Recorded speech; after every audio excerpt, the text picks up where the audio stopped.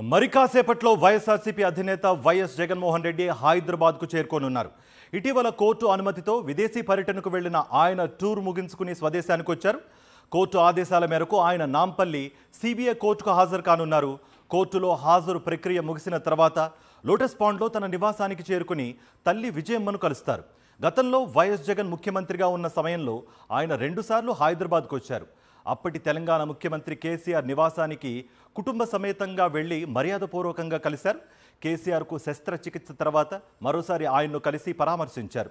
కేసీఆర్ను పరామర్శించిన అనంతరం YS Jagan lotus పాండ్కు వెళ్లి తన తల్లి వైఎస్ విజయమ్మను కలిశారు. ఇవాళ కోర్టు కార్యక్రమం అనంతరం లోటస్ పాండ్కు వెళ్లి తల్లి విజయమ్మను కలుస్తారు వైఎస్ జగన్. ఆ తర్వాత బెంగళూరుకు బయలుదేరి వెళ్తారు. కోర్టులో హాజరు ప్రక్రియ ముగిసిన తర్వాత లోటస్ పాండ్లో తన నివాసానికి చేరుకుని తల్లి విజయమ్మను కలుస్తారు. గతంలో వైఎస్ జగన్ ముఖ్యమంత్రిగా ఉన్న సమయంలో ఆయన 2 సార్లు హైదరాబాద్కు వచ్చారు. అప్పటి తెలంగాణ ముఖ్యమంత్రి కేసీఆర్ నివాసానికి కుటుంబ సమేతంగా వెళ్లి మర్యాదపూర్వకంగా కలిశారు. కేసీఆర్కు శస్త్రచికిత్స తర్వాత మరోసారి ఆయన్ను కలిసి పరామర్శించారు. కేసీఆర్ను పరామర్శించిన అనంతరం వైఎస్ జగన్ లోటస్ పాండ్కు వెళ్లి తన తల్లి వైఎస్ విజయమ్మను కలిశారు.